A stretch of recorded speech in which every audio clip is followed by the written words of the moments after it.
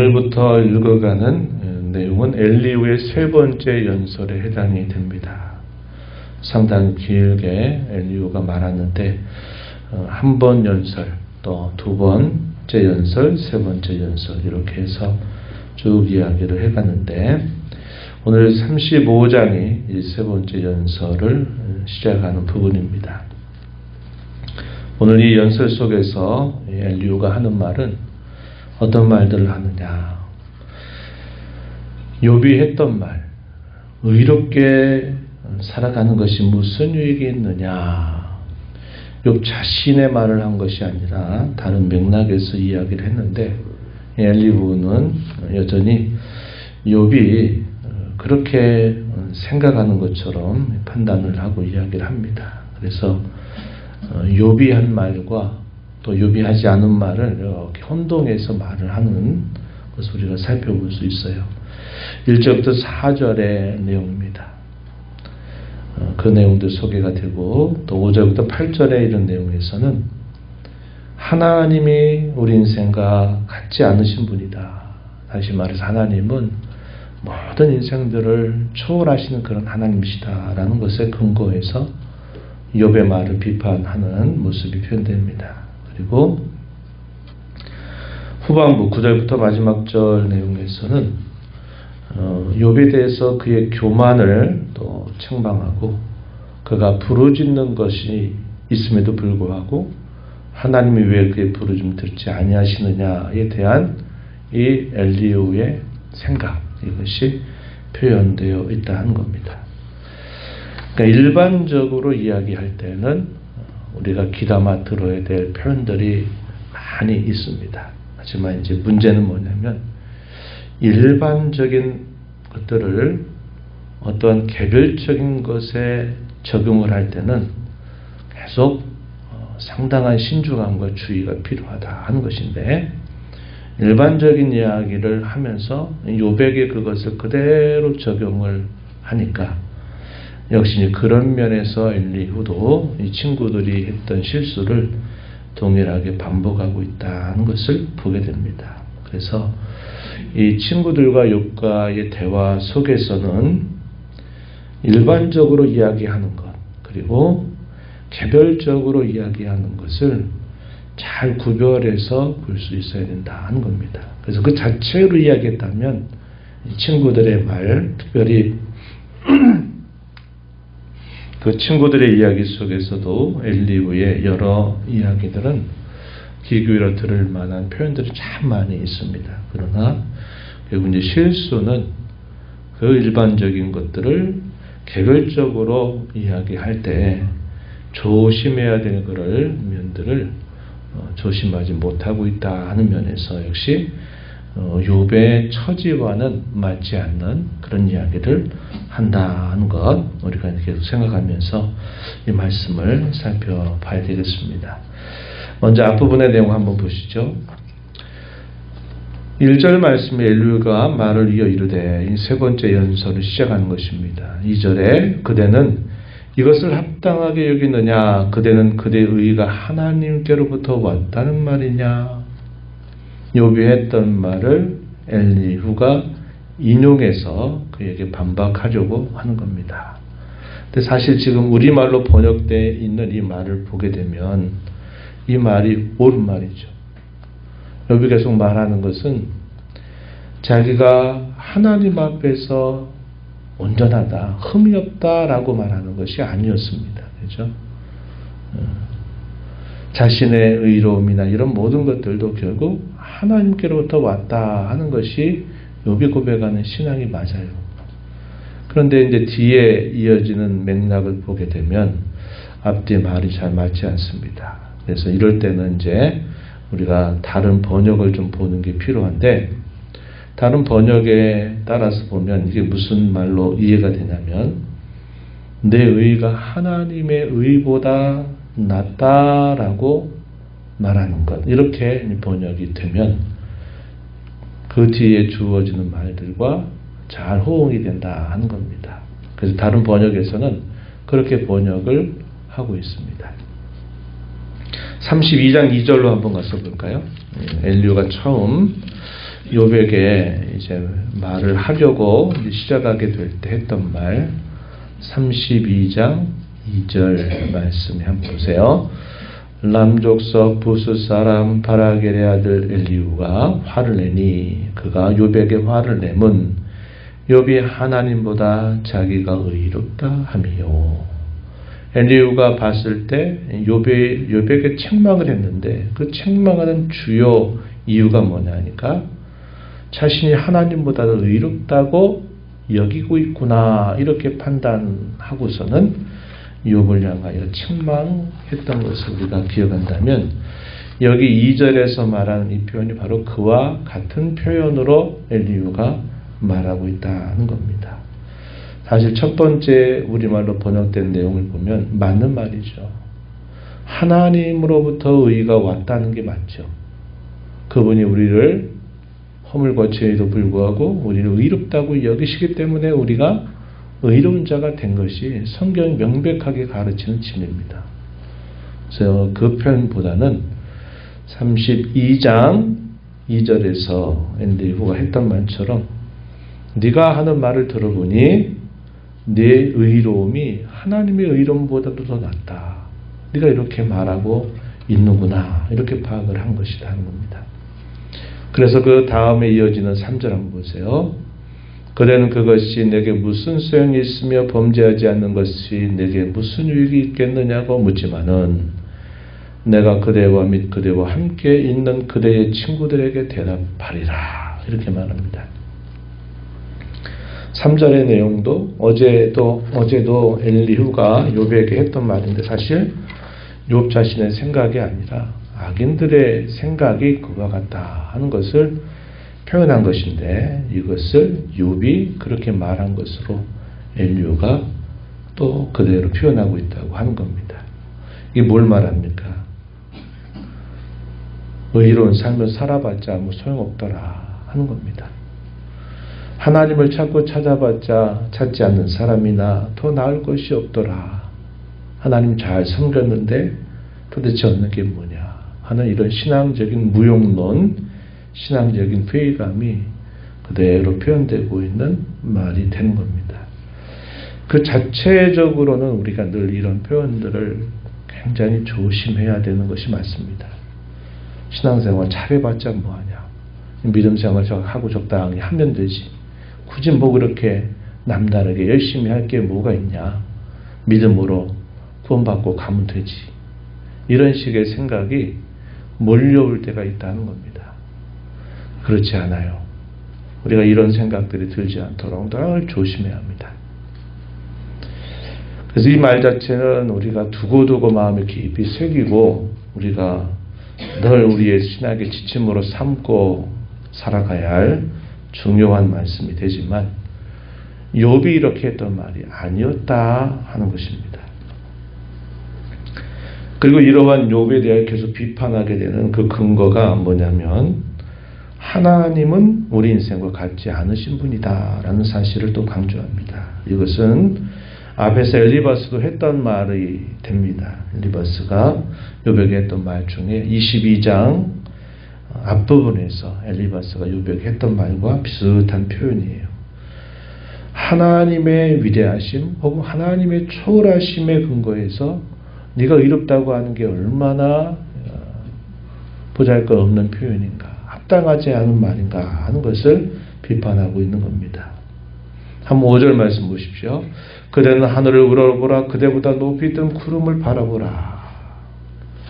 지금 땅에서 하늘을 우러러보라 하는 얘기는 우리 인생들은 다 땅에 있다는 겁니다. 그러나 우리가 아는 하나님은 우리와 같은 이런 땅에 있는 분이 아니라 그분 모든 것을 뛰어넘는 초월하시는 분이다 하는 사실을 강조하고 있는 표현이 됩니다.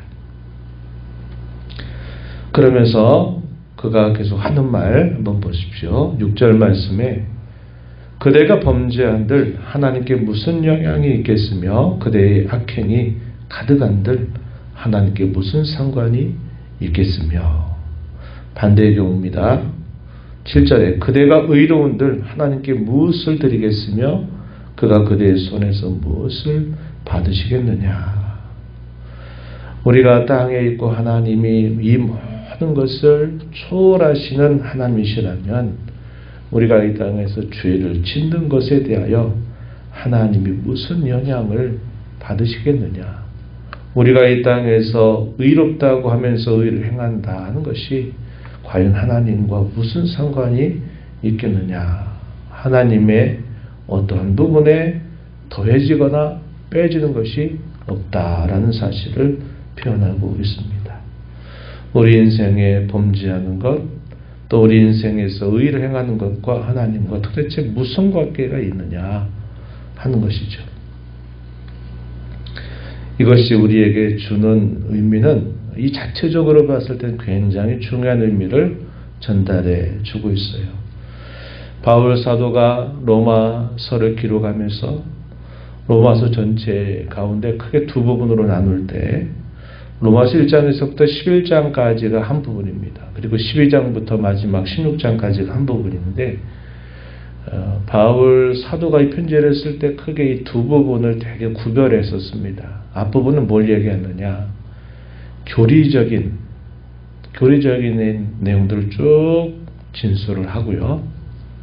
후반부로 가면 무슨 얘기냐면 그 교리에 근거했을 때 우리가 그러면 어떻게 해야 된단 말이냐 실천적인 이야기를 후반부에서 꼭 기록해 갑니다.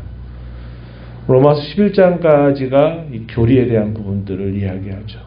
우리 인생은 모두가 다 죄와 부패 가운데 있고 우리에게는 이런 비참함이 있는 존재에 불과한데 하나님이 예수님을 우리에게 보내주셔서 그분으로 말미암아 우리가 의로움으로 구원을 받는다. 복음의 핵심적인 내용을 로마서 1장부터 11장까지 소개를 해요. 그리고 12장에 가게 되면 그 교리에 근거해서 우리가 어떻게 살아야 되느냐 하는 것을 이야기할 때 이 11장의 마지막 부분에 바울 사도가 한 말이 있어요. 어떤 말이냐.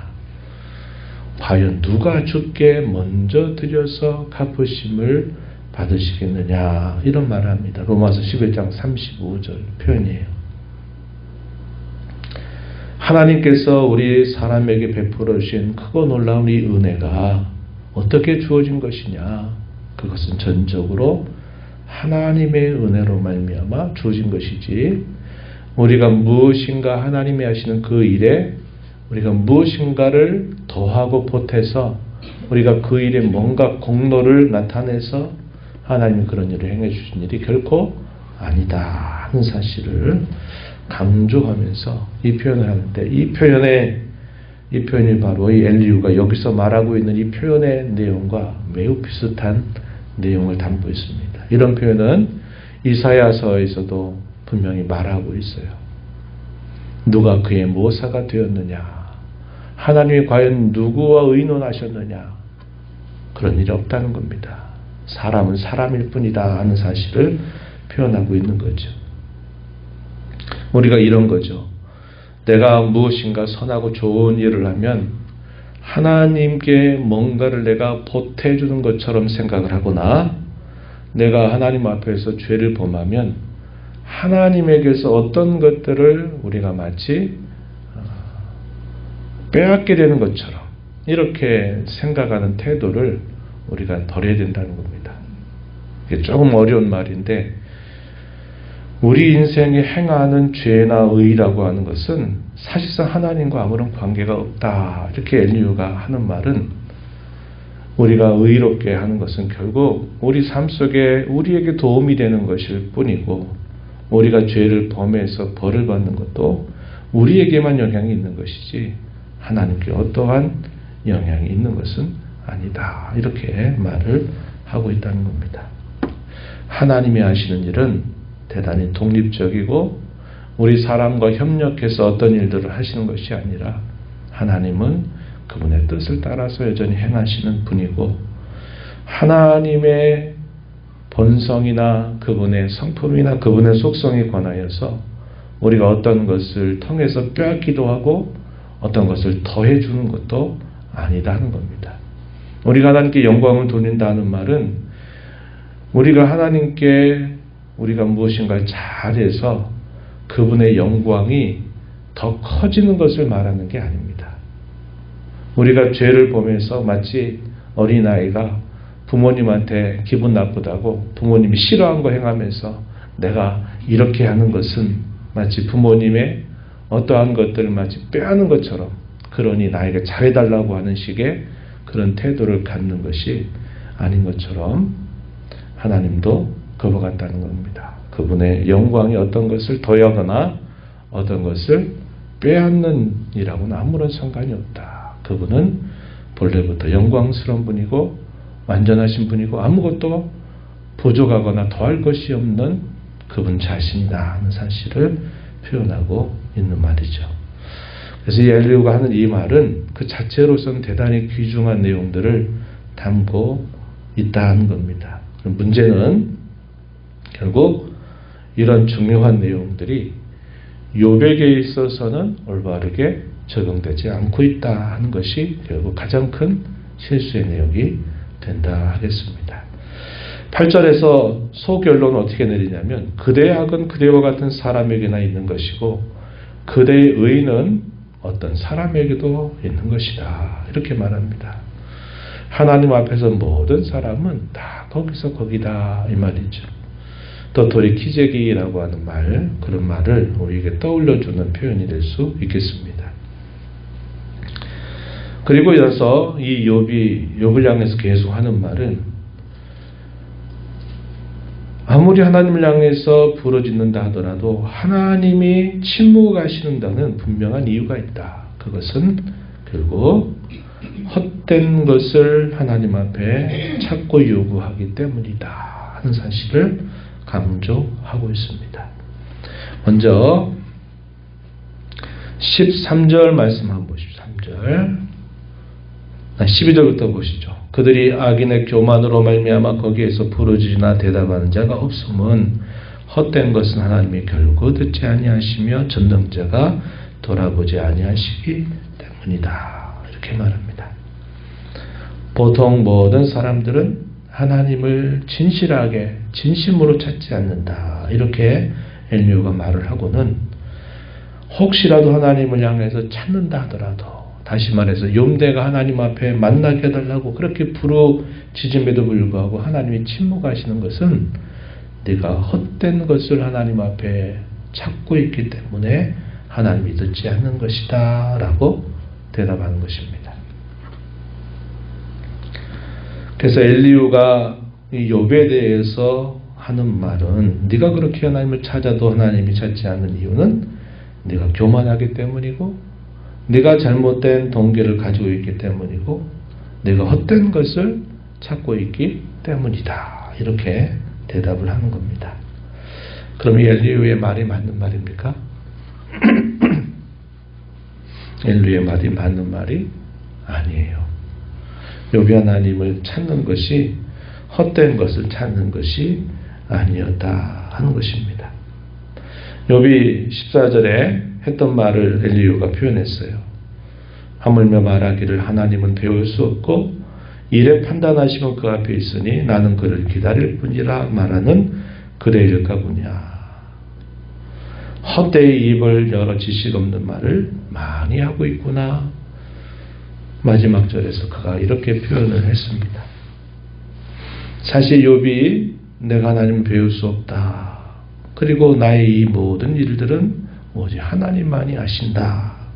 나는 그분을 기다린다. 라고 하는 욥의 이 표현은 욥이 하나님 향해서 갖는 신앙, 그가 갖고 있는 깊은 확신을 표현하고 있는 말인데 엘리후는 이 표현을 오히려 잘못 오해하고서 욥을 비판하고 있다는 것을 우리가 보게 되는 겁니다. 그래서 누차 이야기하듯이 그 말 자체에 대해서는 옳은 말들을 하지만 욥에 관해서는 그것을 올바르게 적용하지 못하고 있다는 것이 엘리후를 비롯한 모든 친구들의 실수 혹은 잘못이다 하는 것을 우리가 보게 됩니다. 우리가 그러한 여부를 우리가 잘 기억하고 염두에 두면서 자체적으로 했던 말들, 예를 들면 우리가 죄된 세상 가운데 살 때 하나님을 잘 믿어봤자 별 소용없더라. 하나님을 대충대충 섬기고 사는 거나 하나님을 향하여 헌신적으로 사는 삶이 도대체 무슨 차이가 있느냐라고 하는 식의 이런 신앙적인 무용론이나 신앙적인 회의감에 대해서는 늘 조심하는 자세를 가져야 한다 하는 것이고, 우리는 이 욥이 당하고 있는 이런 시련과 고난의 문제를 보면서 여전히 오늘도 저와 여러분에게 큰 도전을 내밀고 있다는 것을 우리는 기억해야 합니다. 욥이 겪었던 시련이나 고난의 문제는 그에게만 있어 특별한 것이 아니라 오늘 예를 들어 우리가 가지고 있는 소유의 문제, 우리가 또 안고 있는 질병과 생명, 죽음과 관계된 여러 문제들을 만났을 때 과연 그런 일들 속에서도 하나님을 여전히 붙들고 의지하고 살아가겠느냐, 아니면 그런 일로 인하여 쓰러지고 넘어지고 신앙으로부터 멀어지느냐 하는 이 문제는 오늘도 저와 여러분이 끊임없이 도전을 하고 있습니다. 사탄은 그런 상황 속에서 네 신앙이 어떤 신앙이냐를 계속 우리에게 물어오고 있다는 것을 기억하면서 우리가 하나님을 향해서 섬기는 그 이유와 섬기는 그 목적이 무엇인가를 잘 정립해서 이런저런 것들에 휘둘리지 않고 하나님을 신실하게 끝까지 신뢰하고 섬겨가는 저와 여러분이 되어야 하겠습니다.